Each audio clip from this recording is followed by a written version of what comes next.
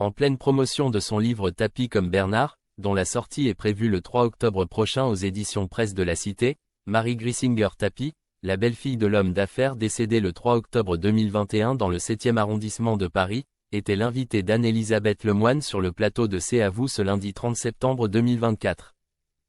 Lors de son passage sur France 5, l'épouse de Laurent Tapie, le fils cadet de Bernard Tapie, s'est notamment souvenue d'une scène surréaliste de la vie de son beau-père, le jour où celui-ci a pris la décision de devenir président de la République. Quand Bernard a vu que le RN pouvait gagner les régionales, bien que faible et amaigri, il voulait agir. Quelques jours avant sa mort, il s'imaginait se présenter à la présidentielle après sa guérison, a-t-elle confié.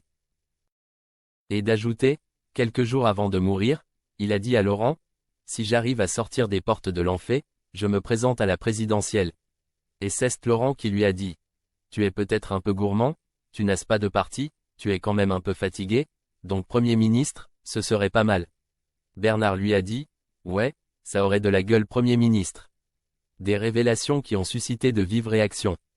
En plus des ambitions de Bernard Tapie, l'ex-mannequin devenu auteur a longuement parlé de son livre, écrit pour combler le vide. Avec le recul, on se rend compte que malgré tous les défauts qu'il trimballait comme une fanfare qui le chahutait, il avait un fond très humain.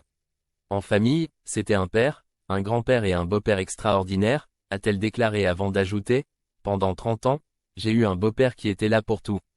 Pour mes enfants, pour mes parents quand ils étaient malades. » Bernard Tapie représentait un soutien inébranlable pour sa famille, qui n'a pas réussi à accepter sa disparition. On n'avait jamais parlé de l'après parce qu'on n'avait jamais parlé de la mort. Jusqu'au dernier jour, sa famille ne croyait pas qu'il pouvait être vaincu par quelque chose, a-t-elle précisé. On ne s'est absolument pas préparé, ni affectivement, ni administrativement. On s'est retrouvé du jour au lendemain sans lui. Vous imaginez le vide que ça peut faire quand un homme comme ça disparaît. De touchantes révélations.